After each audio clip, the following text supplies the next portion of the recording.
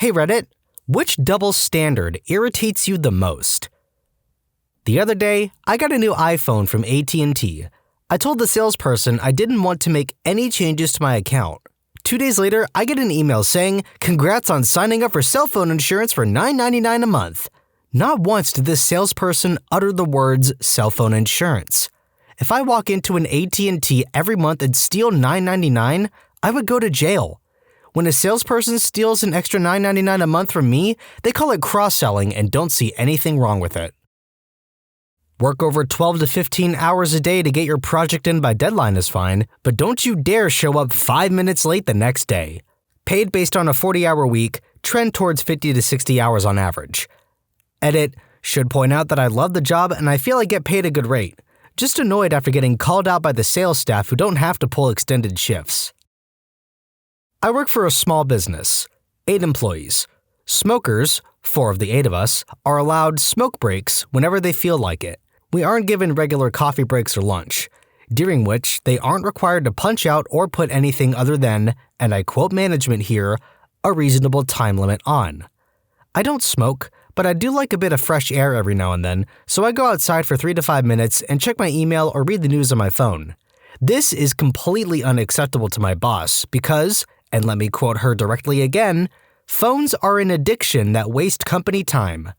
I asked her why smokers aren't held to the standard, and I was told, quote, "Smokers need to smoke. You don't need to read the news." A double standard imposed on me by my mother-in-law. Conversation happened earlier. Mother-in-law, if I ever catch you cheating on your wife, I'll cut you with the machete. Me, silent. Neighbor, but Mother Lily, your sons are horn dogs and have different children from different mothers. Are you going to cut them too?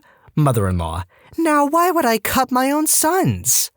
P.S. I don't cheat on my wife. My hippie friends who believe modern medicine is evil and that chemicals are dangerous to the point of never taking paracetamol or even believing things like vaccines are bad. Maybe I use the word friends too broadly. But they don't give a crap about snorting white powder that they've bought from a guy they barely know, which is very likely 20% actual white powder and 80% miscellaneous white powder. The irony is that most of that miscellaneous white powder is probably paracetamol. 5-minute smoke break? Sure. 5 minutes for fresh air? Screw you. Get back to work. Acknowledging the existence of children trying to interact with me. I'm a guy. Example. Was a cashier and this kid with some mental disorder, Downs I think, always loved to talk to me when his parents were going through cash. His dad said he always remembered me. Long story short, got hauled into the office by my boss and I was told my behavior was inappropriate for talking to a kid about food. Manager, you need to be a team player and help your team out. Sits in her office all day not doing jack squat. People, I want more art, music, movies, and other forms of entertainment. Also people, I don't want to pay for any of it or it isn't worth my money. Saw this one firsthand in a store once that made me laugh. Mother, all you do is waste your time playing video games. Teenage kid, you're on Facebook as much as I'm playing games. Mother, long pause. That's different. Parent, you're wasting so much time playing those stupid video games. Followed by the parent watching TV from the moment they get home till they go to bed. This one drives me up a wall because this is what my parents like to do, specifically my mom. She doesn't do it anymore, but back when I was growing up and trying to make friends and actually interact on social spaces, she didn't understand that because it was all online that, somehow that doesn't mean anything. You have to go out and make friends. Mom, I'm making friends. Now that I have a job and make money using the internet, she doesn't yell at me, but it's that's still worth something. Mom and dad stereotype. My husband is an excellent father, but people always ask who's watching the kids when they aren't with me. Their dad? People. Oh, so he's babysitting today? Me. No, he's taking care of his freaking kids. When my political party does X messed up thing, it's okay. When yours does it, it's wrong. We won't hire you unless you have 5 years of experience working this exact job. Your uncle's cousin already works here? Welcome aboard, person with 0 experience. This post is from 6 years ago, and I like how this has happened so often that we now have a word for it, which is Nepo baby. As a teacher, there are times I would love to be able to put an arm around a student who is crying or have a student come back to my room for extra help if they are struggling. But I'm male, so that can't happen. We are literally told by our administration never to do any of that if we are male. I understand the concern, but to the point where you literally can't offer any support to a student because of what might be taken out of context, that's doing way more harm than good. Dancing. I don't like to go dancing because I don't understand what you're supposed to do. You just dance. Do whatever feels right. Does dance. No, not like that. There's no one right way to dance, just as there's no one wrong way to subscribe to Am I the Genius and Am I the Jerk, linked in the description below. As always, thanks for watching. I'm a lady. I can't stand how men aren't allowed to be caregivers, or like children. Man can't comfort a child or be at a park with his own without being accused of a crime. Man wants to stay at home with the kids. He's lazy and making the woman do all the work. It's crap. Equality means that men should be allowed to do the same roles as women and vice versa. I'm a male substitute teacher, and when I first started, another male sub told me, do not ever spend a second with a child by yourself. He also said, do not ever get too close to the kids and keep your hands visible at all times. A week later, I was caught with the student alone because she needed a pass to go to the nurse right before recess. The female principal had a talk with me and told me she was telling the parents of the child. Then I got fired. I emailed the vice superintendent and let him know I'm 18 and I've just graduated from the school district I work for. He said they weren't accusing me of anything, and after me explaining if they weren't accusing me of anything, they can't fire me. They gave me my job back. Have never and will never sub at that school again, and no other elementary schools at that. Edit. This was in Texas near Dallas. My district allows subs at 18 with a high school diploma, but it's a district-by-district decision. The principal of this school made it very clear to me that it was because I was a male teacher and the student was female. I'm in college now studying to become a graphic design/AV teacher in preferably high school. Before the incident, I worked all ages, K through 12th grade. After, I refused to work with elementary, and they prohibited me from working with the high school after finding out I had only just graduated. So I work mostly with 5th through 8th grade.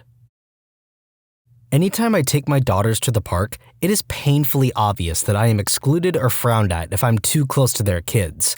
It especially happens when mom groups are there together. It's not my fault that they're too busy sitting on the bench chatting to notice that their kids are now on top of the swing set and they didn't notice until I helped them down. You have no idea how it feels to be in a movie theater and have a mother get up and move her kids when you sit down. Or to be walking to your car and have a woman look over her shoulder, pull out her keys and pepper spray, then start power walking towards her car in fear. So many other similar things like this occur as well. It's basically someone calling you a criminal just because you are going about your normal life. When Aphrodite lies around naked in a giant shell, she's a goddess. But when I do it, I'm drunk and no longer welcome at the aquarium. Old people have this opinion that all young people are rude, yet in reality are the most rude, selfish, and impatient people you will ever meet. I live in the UK. It's amazing how they think they're being perfectly reasonable, but they're actually being completely biased and outright hypocritical without even realizing it. Edit. I know the feeling for those of you who work in retail and have to deal with these types of people on a regular basis.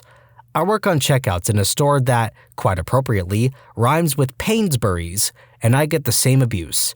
I just want to say that even though people give you crap, it is absolutely not an easy job to do. So well done for always keeping your cool. It's hard sometimes, I know. Edit 2.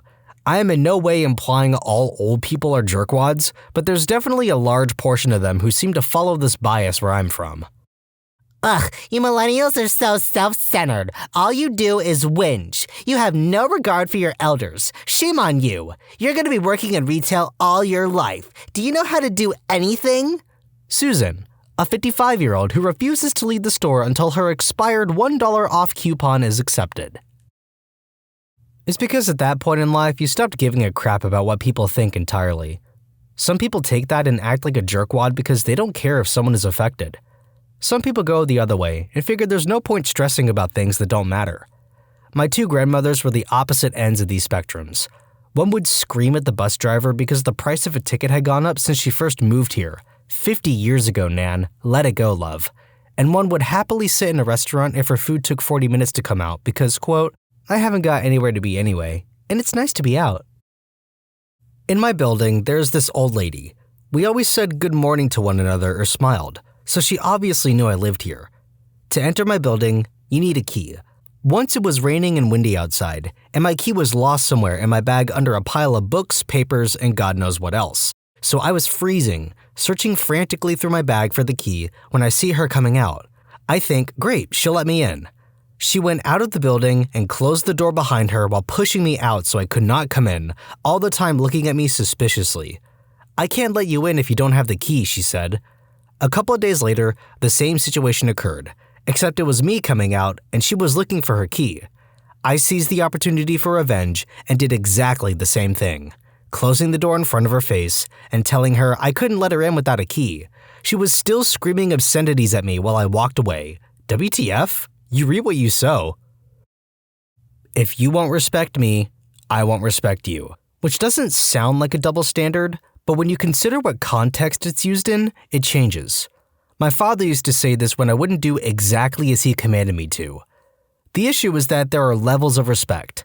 While it might sound like if you won't treat me with a certain amount of respect, I won't show the same amount back, but it is executed as, if you won't respect me as an authority, I won't respect you as a basic human. Letting them treat you with way less respect than you treated them while still being fair in their eyes. If a girl sleeps with tons of guys, she has a reputation, but if I do it, all of a sudden I'm gay? Went to school with a guy who was caught making out with a dude and filleting another dude, claimed he wasn't gay. He has since come out as gay and no one cared because we knew it all along. Edit, the filleting and making out were two separate incidents. I'd have been more impressed if it was at the same time. Really annoys me when people complain about globalization but won't let go any of the benefits. People complain viciously about jobs being outsourced to Asia but will fight to the death for their right to buy a toaster for $4. This right here. My extended family cracks me up because they all work for big three automakers, and more power to them, but will complain about not, quote, buying American. Never mind the fact that automotive is a very global industry and the most, quote, American car pound for pound is actually a Toyota because of how Toyota sources its components. Women can wear a million different cuts of shirts, pants, skirts, or dresses and still be business casual. Men, all we get is long pants and long sleeve or short sleeve button downs. Oh, and maybe a polo. Screw that. It's too freaking hot here 90% of the time. I at least want to wear shorts. Been there. Had a woman for a boss who said men may only wear dress shoes and pants and button-down shirts, and we had zero contact with customers. Women could wear what they wanted. One very hot summer day, all the ladies were wearing sundresses and sandals, so I asked why women had a different set of standards. Her only reply, men's feet stink. If skirts are in the dress code, wear one. I did it one freaking time. I was called into the boss's office before my shift even started. He asked, why? I said it was hot, wearing this was cooler, and within the dress code. He said, you've made your point. The dress code will be amended to allow for shorts. By the first break of the morning, the new dress code was on the wall of the break room, and I was, quote, the hero in the paisley print skirt. Malicious compliance has been a specialty of mine ever since then. When/if you are 35 plus, regardless of career success, if you don't have a family and children by then, as a man, you're typically just labeled as a bachelor still enjoying the single life. When you're a woman, it's like you're some depressing spinster who has forsaken their gender by not fulfilling their expected mom duties that are unfortunately ingrained in the woman identity the media has created. Screw that momopia. Edit. It's really fascinating that a lot of people immediately assume that these fictitious people both want kids, but, quote, lost the game, or, quote, timed out of their biological clock. The point I'm trying to make is that a child-free life shouldn't be considered a you lost or ran out of time situation at all. Reproducing shouldn't be expected, and it shouldn't affect one's self-image. This is probably my favorite post on this thread. As someone who's a member of the LGBTQ community, happy Pride Month by the way, the topic of having children hardly comes up within our circles. A lot of the time, we don't want them, and that's fine. There are plenty of people who do that for us anyway. For the people in the community who do want them, that's perfectly fine too. It should never affect the image of someone if they start a family or not. Being a teenager. Hey, you're almost an adult now. You must be responsible for yourself and do things on your own. What the heck? Do exactly what I tell you. Don't try to make decisions by yourself. Oh my god, that nerd is way too into that video game. Now excuse me, but I need to go spend a crap ton of time and money on Clash of Clans. I know that most people are thinking gender politics, but as a Christian, I'm most bothered when others believers rail against Sharia law and Muslim fundamentalism while trying to impose their own fundamentalist legal vision on others. Edit, I don't mean to equate extreme Islamic fundamentalism with American Christian fundamentalism. I could have drawn a more common example from my own life as a teacher. My pastor has been very open about how I should be able to share my faith with my public school students in a way that he would not tolerate from a Muslim teacher. That's the double standard at its heart, but in a less extreme form. He and many others want to preserve prayer in schools, Christmas, and the Ten Commandments, but they do not want likewise expression for other beliefs. Also, I've spent my day teaching about lynchings in U.S. history, so I'm not in the mood to pretend that Christian fundamentalism can't get as extreme as Sharia. It's not the point I'm arguing, but it's not an invalid point in modern history. Don't trust Muslims. They'll force Sharia law on you. Now vote for this nice man who wants to ban gay marriage and teach creationism in school. I've never been ashamed of being a Christian, but I've sure as heck been ashamed of being in the same religion as some of these people. Men don't cry. Every single instance that says men aren't supposed to show emotions, tears, or anything that could be considered a quote weakness ticks me off to no end. Bonus irritation points if that's considered a sign of homosexuality, as if that's a weakness. Sadness isn't exclusively feminine. Bottling up emotions is one of the most toxic things I've ever done, and I'm probably still doing it unconsciously due to my upbringing. I'm certain that most men are, and that's messed up. Female friend shares a post on Facebook with the title, "Hot male French farmers pose topless for calendar because why not?" The comments and amount of likes the post received baffled me. If I was to share a post of a load of female models, because why not, I would be ridiculed or called perverted. And I know that 10 to 20 of my male friends wouldn't be posting comments like, "Heart eyes emoji, January though." Girl, how tall are you? Me, 6'1", why? Girl, oh good, because I only date at least 6 feet tall guys. Me, how much do you weigh? Girl, not your business. Girl on matches. Probably my own. That's to say, noticing the hypocrisy in my beliefs and actions. If I can't call BS on myself, then I don't have much of a right to call it on others. Hopefully, I'm arcing toward improvement, but I have a lot of work to do. People complaining online about people using their phone while driving, by taking a photo of that person while they themselves are driving. I can do what offends you because it's freedom. You can't do what offends me because it's not politically correct. Ooh, the urge to attend a conservative Christian family dinner and call my grandma, grandpa, and my grandpa, grandma.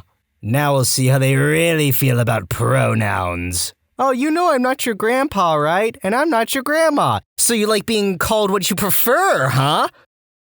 Most people give the older generations grief about using computers. In my experience, I've seen plenty of millennials who can use their phone but don't understand how to use basic office software.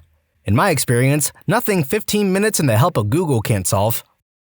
Your coworkers are absolutely free to joke about how they're going to drink a glass of wine or a whole bottle by myself, when they finally get home from work. If I mention I take a couple hits of weed from a vaporizer before going to bed, they'll think I'm an addict that can't make it through life without a crutch. Talking about the historic slave trade in/from Africa is encouraged. Talking about non-African slave trade, example, the Irish being sold to the Caribbean, I know is called indentured servitude, makes you a racist. My SO and I are of different ethnicities, but we agreed that it's pretty messed up. We can't figure out why people, black or white, have such an issue with this. People get really angry about it. I'm American, so maybe that has something to do with it? Can't we just agree slavery is a crappy thing to do all around, no matter what you call it? Women are allowed to wear men's clothes and nobody cares too much. Being a tomboy is normal. Men aren't allowed to wear women's clothes in public. That's too weird for everyone else. Being against abortion, but giving absolutely no craps about the mother's health/financial situation and the child's health or well-being. We blatantly accept lies from our corrupt governments. When whistleblowers reveal information on said governments, they're traitors. Yeah, I'ma let you in on a little secret. The reason why whistleblowers are given a complimentary deep tissue head massage from the CIA when they expose corruption is because those powers want to stay unopposed and will do whatever it takes to keep it that way. Late to the party, but my girlfriend and I have one that she finds funny and I just find irritating. Both of us train Brazilian Jiu-Jitsu. It's like wrestling with chokeholds and attempted limb snapping for the uninitiated. As with any combat sport, you get roughed up all the time, and anyone who trains a few times a week constantly has bruises. Bruises on the shins, arms, and wrists are especially common. If people see either of our bruises and feel the need to comment, the reaction is very different for me being a guy and her being a girl. To me, oh, did you get in a fight? To her, who's hurting you? There are hotlines you can call. This happened with me and my fiancé with different sports. I've been playing rugby since I was 14, and he plays hockey. You get banged up playing both those things. Once I took an elbow to the face and broke my nose. He took me to the ER, where they saw me with a broken nose and his black eye from a game a few days before, and separated us under the guise of, quote, needing to look at me alone. I got told repeatedly there were resources for me to leave if I needed to, financial or otherwise. Meanwhile, he got interrogated by a nurse in the waiting area over my nose and how it happened. Never mind the fact that we were both roughed up, and if we were fighting, he could have easily been the victim defending himself in this situation. They just saw a man who's older than me and registered it as him beating the crap out of me, and me afraid to leave him. When you subscribe, make sure to hit the bell to turn on notifications. Put the playlist on in the background to finish listening to all the stories, linked at the top of the description. And if you like Am I the Genius, give Am I the Jerk a shot, linked in the description too. Either way, thanks a lot for watching, and we'll see you guys next time.